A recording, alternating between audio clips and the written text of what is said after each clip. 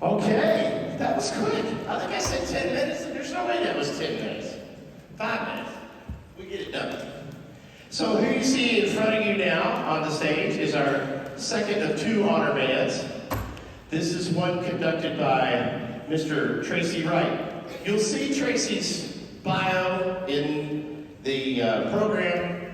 It's extensive, and it is very largely based in a beautiful town up near Chattanooga, Ringgold, Georgia. He's a Ringgold native and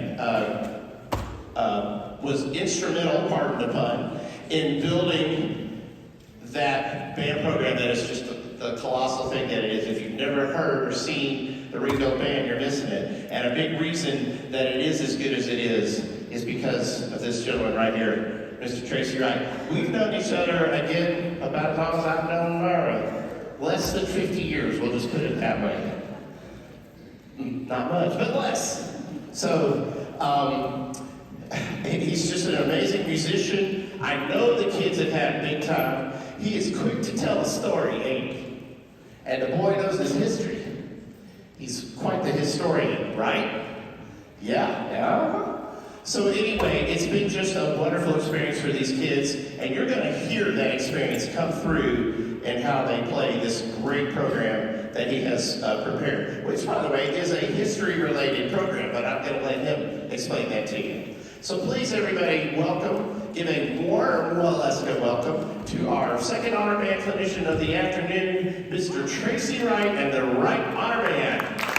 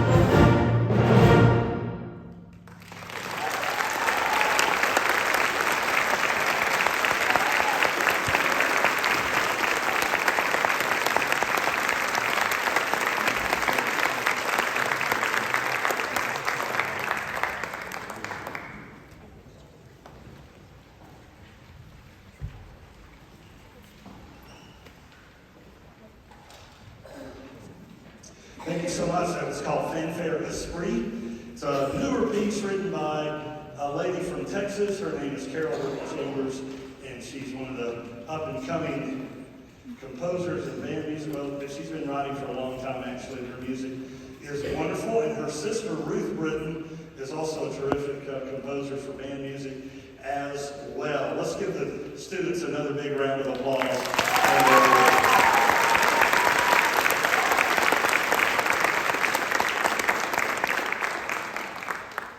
April 18th, 1775, 250 years ago this year, one lantern meant by land, two lanterns meant by sea of the Old North Church there in Boston, and there was one lantern, Paul Revere, and a few others actually, went riding into the countryside saying, to arms, the British are coming.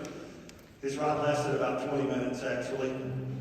But he called the Minutemen, the militia, together. And the next day, on April the 19th, the first two battles of the American Revolution were fought. And this year is the 250th anniversary of those two battles and the beginning of the Revolutionary War. So next year, if you are thinking 1776 will be the United States' 250th birthday, will be next year. I remember the bicentennial in 1976, barely, and I remember the fireworks and the barbecue. I do remember that part. But we've got a big birthday coming up in 2026. But this year, those two famous battles, the Minutemen met the most powerful army in the world on Lexington Green and fought them there. And then later in the day, they met the British Army at Concord Bridge, just right down the road, Lexington and Concord. Now we're going to do those pieces in reverse. We're first going to play Concord, and then we're going to finish this little chunk with the Lexington March. So Concord, there's three Revolutionary War tunes. The first one is an old fife and drum tune called the White Cockade. The second tune was written by William Billings, who was probably our first American composer. And his most famous melody was called Chester, but this is a melody that he simply titled America. And then we'll close it out with a different version of Yankee Doodle, which was actually a British tune they sang to make fun of the Patriots, and then the Patriots kind of adopted it as their own. And so that's Concord by Clare Grundman. Then we will play the Lexington March, written by our second best American march composer, Karl, second only, of course, to Mr. John Philip Sousa. Here's Concord by Clare Grundman and Lexington March by Karl.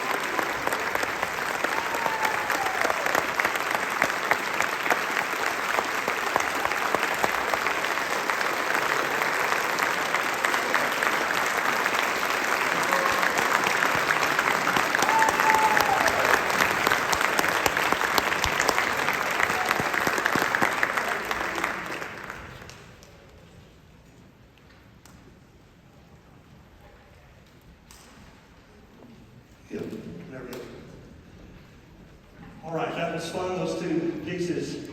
I'm doing some more of these honor bands this coming winter and spring, and I'm doing both of those pieces. And I tell the students, they set the gold standard for me because they started on Concord. You heard the difficulty in that. They started on that Thursday.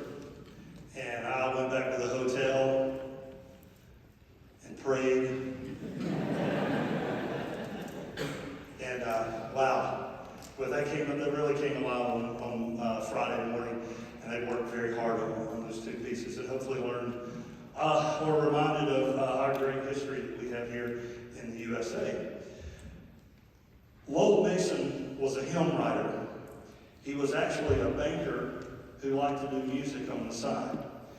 And he liked to compose a little bit. And Lowell Mason became the organist and choir master in Savannah, Georgia, at the Independent Presbyterian Church, which if you're a fellow Presbyterian, you know that's an oxymoron, Independent Presbyterian. But he was the choir master of that beautiful church that's still standing down there in Savannah, right off of Oglethorpe Street. While he was there, he wrote and penned a lot of our great hymn tunes. So when you look at a hymn in the hymnal, they have two names a lot of times listed. They'll have the hymn writer, the person that wrote the words, and that might be Charles Wesley, since we're at a good Methodist school. Okay, Charles Wesley, Isaac Watts, Fanny Crosby, John Newton, and so many others. And that's one. But then also there'll be another name, and those are usually the people that wrote the music for the hymns. And Lowell Mason is one of those. Nearer My God to Thee. You'll see his name sometimes accredited to certain hymn arrangements of Joy to the World, of When I Survey the Wondrous Cross, and many, many, many other of our hymns. You'll see the name Lowell Mason. Oh, for a Thousand Tongues to Sing. Many of those great hymns.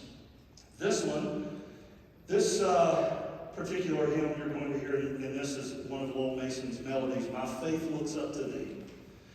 And this beautiful setting was written by Mr. David Holsinger, who just recently retired as the director of bands at Lee University up in Cleveland, Tennessee, just right up the road from me. And his name is all over the band repertoire. And he wrote 4 pieces of music based on hymn settings, and this is one of those 4 on a hymn song of Lowell Mason. Hope you enjoy this beautiful setting. When we get to the ending of the piece, Holsinger had in mind the last stanza of that hymn, and when life's transient dream, and basically the homegoing of someone there right at the very end, and the music kind of depicts that at the end. So here's on a hymn song of Lowell Mason by David Holsinger.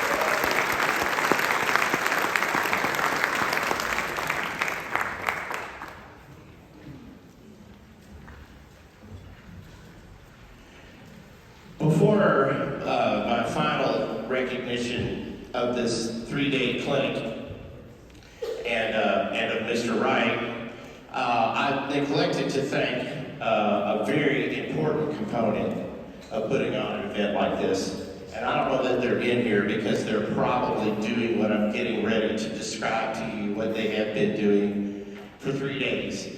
We have a chapter here called CNAFME, is the acronym, College National Association for Music Education. And it is the college version of the overall National Association for Music Education. We have a chapter here at Reinhardt that is extremely active. They're all music ed majors, both on the vocal track and the instrumental track. And those students are the future music educators. And myself and Mr. Naughton and all the support that we rely upon, consider it our mission. We are trying to build here at Reinhardt a band director and choral director and elementary general music and orchestra teacher factory. And we want them to learn the way that I learned, and the way that Mr. Wright learned, and the way that Dr. Roden learned, and that is through mentorship. Because what we do is so dependent upon having those role models that hand this knowledge that you don't find in any textbook, that you don't learn sitting in a college classroom. And these students are the ones that we're attempting to transmit that information to. Part of that experience is helping to put on a clinic like this. These kids come into voluminous Xeroxing and music library work that has to be done starting weeks in advance. Logistics of chairs and stands and percussion equipment and serving meals and setting up this room and tearing down that room. Yesterday, these students all got an hour master class with each of the respective professors on the instruments here at Reinhardt. And those rooms had to be set up and then torn back down again around the demands of the usual classroom. So that's not a job just for me by myself. It truly takes a village to put on one of these. And so I would like to thank, and I don't know that they're here in the room because again, they're probably they're striking and resetting the band room that this group was just in for us to rehearse and come Wednesday if it doesn't snow. So please help me. And are they here? Is there any CNAFME students? They're all working, like I say, so, but let's give them a big round of applause.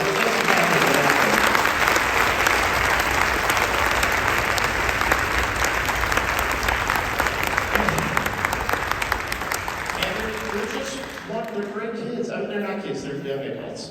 But they're just wonderful people. My feet hit the floor every morning, and I'm like, I get to go work with students like this. I did it at the high school level for 32 years, and doing it at the college levels, where they're just on the cusp of being a music educator is just an amazing experience.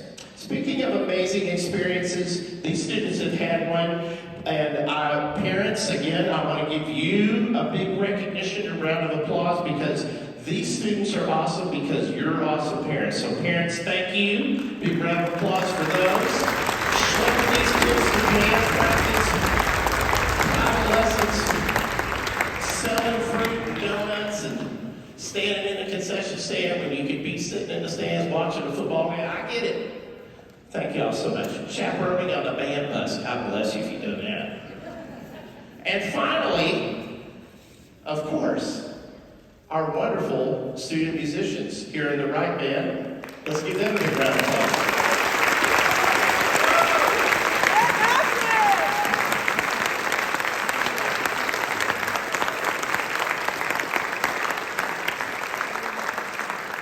They rock. They're all rock stars. Okay, have a seat. And finally, the man who marshaled these horses, and he already said, listen, this is from sight reading. They hadn't seen this music until Thursday afternoon, and after a school day, right?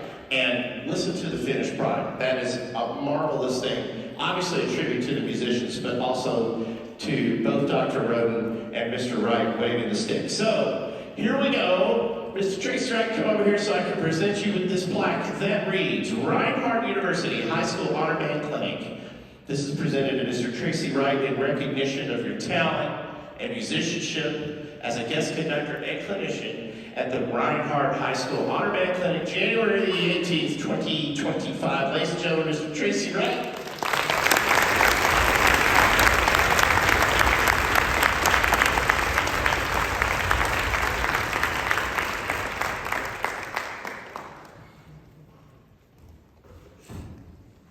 I didn't know they were serving meals. No one told me that. Okay, I missed it. All right.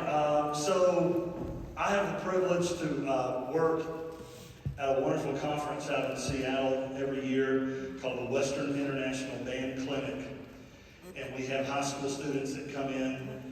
This year we had students from 19 states. We had 15 Australian students that came over, and some students from British Columbia came down as well.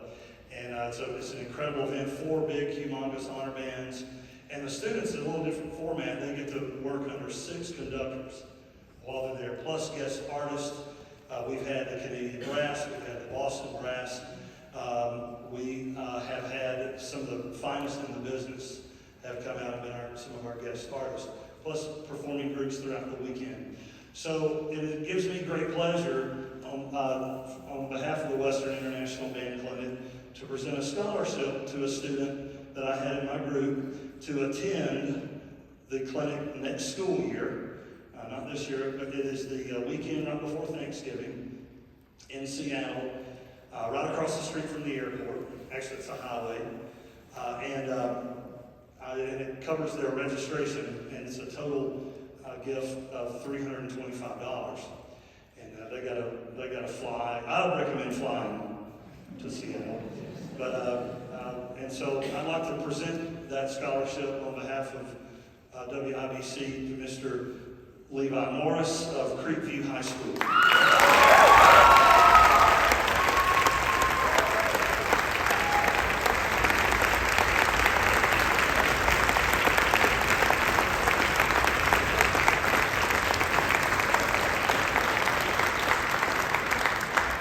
Some more of his friends can come out and attend the clinic with him. All right, we're going to close out on this one is kind of smoking hot. Okay? Who likes country music? All right, yes. Okay. Who likes blues? All right. Who likes big band jazz? Oh, wow. Who likes Latin music? Okay. Who likes gospel music? All right, 4. Okay. Well, you're about to hear a little bit of all of it right here in this next piece. We're going to take you, Dr. Roden said that she's taking you on a journey. We're going to go on a journey. You're going to on a train. It's called Rail Riffs. I heard it in Seattle this past November, and I went, I want to do that. And we jumped into it, and it is a hootenanny of a time. And you're going to love it, and you're going to hear all kinds of stuff. We're going to go through the hills of East Tennessee and Kentucky. And we're going to go, you're going to hear the sounds of the Old West, a little bit of that. We're going through Memphis and Chicago and St. Louis to hear some blues. We're going to get down to New Orleans. And we are going to run back through Nashville. We're going to go through Miami. Man, we're going to hit it all. Grand Ole Opry. Just get ready. But it's all going to be from a train. We got the windows down. We're going to hear lots of different types of music. Here's Rail Riffs by Brian Balmages. Hope you enjoy it. Thank you for letting me be here.